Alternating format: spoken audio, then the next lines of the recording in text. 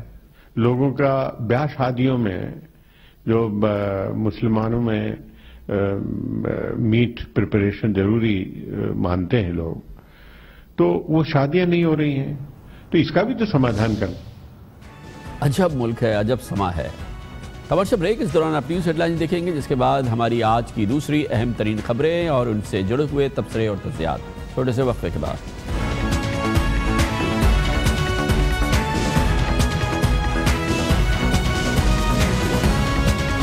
آپ دیکھ رہے ہیں خبروں، تبصروں اور تجزیات پر مبنی پاکستان کا سب سے معتبر نیوز شو دنیا، کامران خان کے ساتھ۔ پاکستان میں کوئی اس بات سے انکاری نہیں ہوگا کہ اس وقت پورے ملک میں سسپینس ہے۔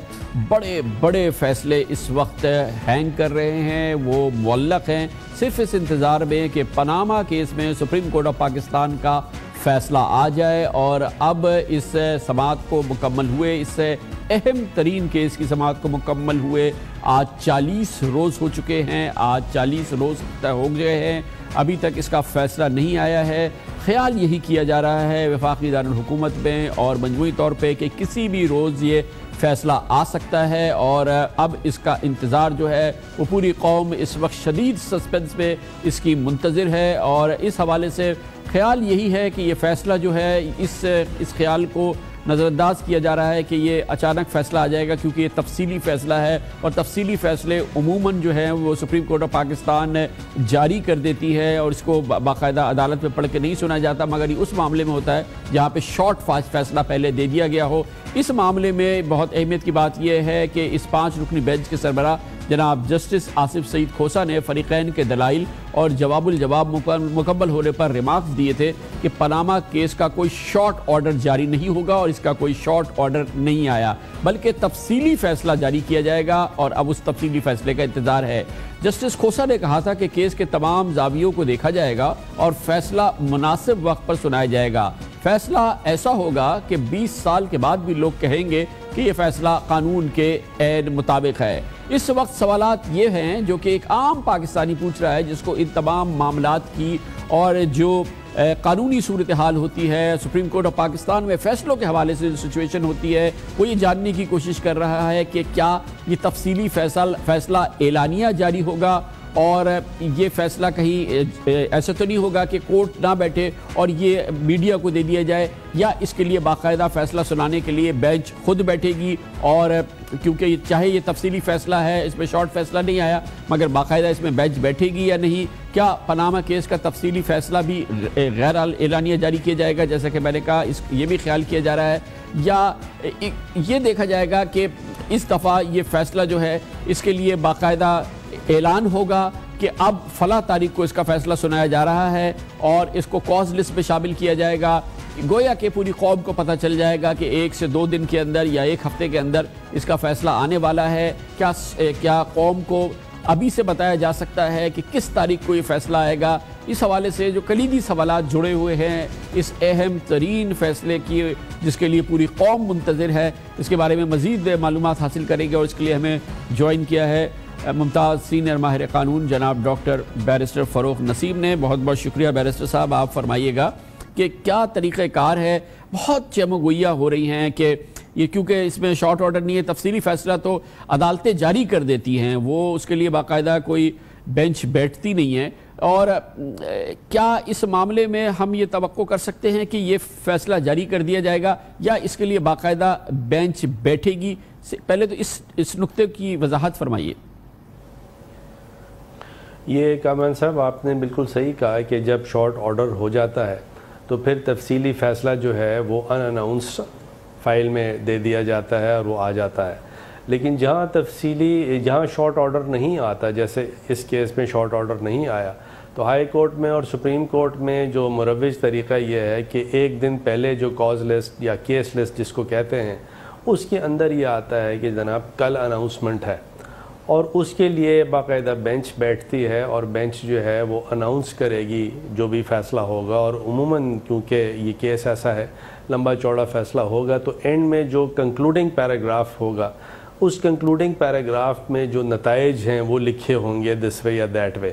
تو عدالت جو ہے وہ بیٹھے گی اور یہ آخری جو کنکلوڈنگ پیراگراف ہے وہ پڑھا جائے گا اور اس کے بعد یہ فیصلہ ریلیز کیا جائے گا. اچھا بیرسٹر صاحب اس کے لیے کیونکہ پوری قوم اس کی منتظر ہے، آپ توقع یہ کر رہے ہیں کہ یہ تقریباً 24 گھنٹے کا منیمم 24 گھنٹے کا نوٹس ملے گا کہ آج کل یہ فیصلہ، یہ بینچ بیٹھے گی، تمام جج صاحبان بیٹھیں گے اور وہ اس کا اعلان کریں گے. جو وکلا حضرات ہیں فریقین کے، ان کا ہونا لازم ہے جب یہ فیصلے کا اعلان ہو؟